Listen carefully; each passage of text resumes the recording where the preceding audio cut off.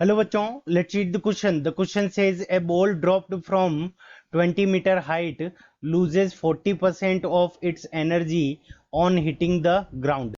Find to what height does the ball rebound? Option A 28 meter, option B 8 meters, option C 12 metres and option D 20 metres. ठीक है बच्चों, सो इस question के अंदर हमें क्या दे रखा है कि जैसे सपोज करो यहाँ पे ये 20 मीटर हाइट के ऊपर हमारी कोई गेंद है, ये क्या करती है ग्राउंड के ऊपर आती है, ग्राउंड को यहाँ पे क्या करती है स्ट्राइक करती है, यहाँ पे आके ये हमारा क्या हो जाएगा, यहाँ पे हो गया ground.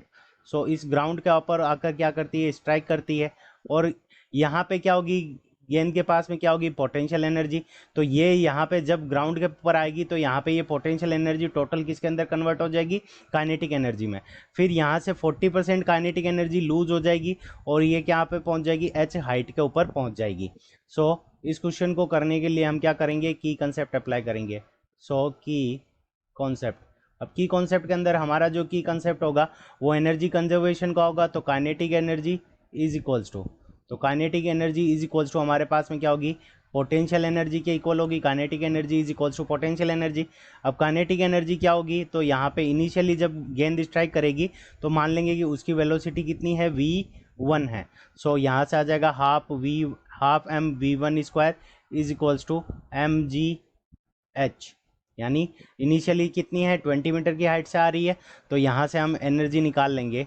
So half M v1 square is equals to, तो यहाँ पे मास कितना है हमारा, सो यहाँ पे मास m आ गया, और यहाँ पे ये g की वैल्यू हम कर लेते हैं 10, और यहाँ पे ये जो हाइट होगी वो हमारी कितनी होगी 20। सो यहाँ m से m कैंसिल हो जाएगा और ये 2 इधर आ जाएगा, तो v1 square is equals to हमारे पास में कितना आ जाएगा। सो v1 स्क्वायर ये 2 इधर आकर मल्टीप्लाई हो जाएगा, तो v1 square is equals to आ जाएगा हमारा 20 मल्टीप्लाइड बाई 20। सो यहाँ से हमारे पास में जो वैल्यू आ जाएगी, सो v1 इज इक्वल्स टू हमारे पास में आ जाएगा कितना 20 मीटर पर सेकेंड। सो 20 मीटर पर सेकेंड ये हमारे पास में क्या आ गई, इसकी वेलोसिटी आ गई। ठीक है, यहाँ पे जब स्ट्राइक करेगी तो ये होगी 20 मीटर पर सेकेंड। अब देखो वेलोसिटी क्या हो जाएगी इसकी, काइनेटिक एनर्जी 40% लॉस हो गई। सो काइनेटिक एनर्जी का 40% लॉस, तो यहाँ पे काइनेटिक एनर्जी कितनी होगी हाफ एम और v का स्क्वायर यानी 400। सो यहाँ से इसको कैंसिल कर लेंगे तो यहाँ पे कितना आ जाएगा 200 हो गई, और इसकी 40%, सो यहाँ पे 40 डिवाइडेड बाई 100। सो यहाँ जीरो से ये जीरो कैंसिल हो जाएगा, इस जीरो से ये जीरो कैंसिल हो जाएगा, तो हमारे पास में कितना आ जाएगा। सो यहाँ पे 200 ये हो गया 20 मल्टीप्लाइड बाई 480 m।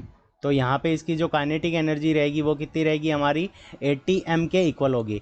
यानी जब ये रिबाउंड करेगी तो उस कंडीशन में काइनेटिक एनर्जी को हम क्या लिख देंगे ke2, और इसकी वैल्यू कितनी होगी हमारे पास में 80 m के बराबर। और ये जो 80 m काइनेटिक एनर्जी होगी वो किसके इक्वल होगी, तो सेकेंड टाइम जब ये ऊपर की तरफ जाएगा तो उस पोटेंशियल एनर्जी के इक्वल हो जाएगी, तो mgh2।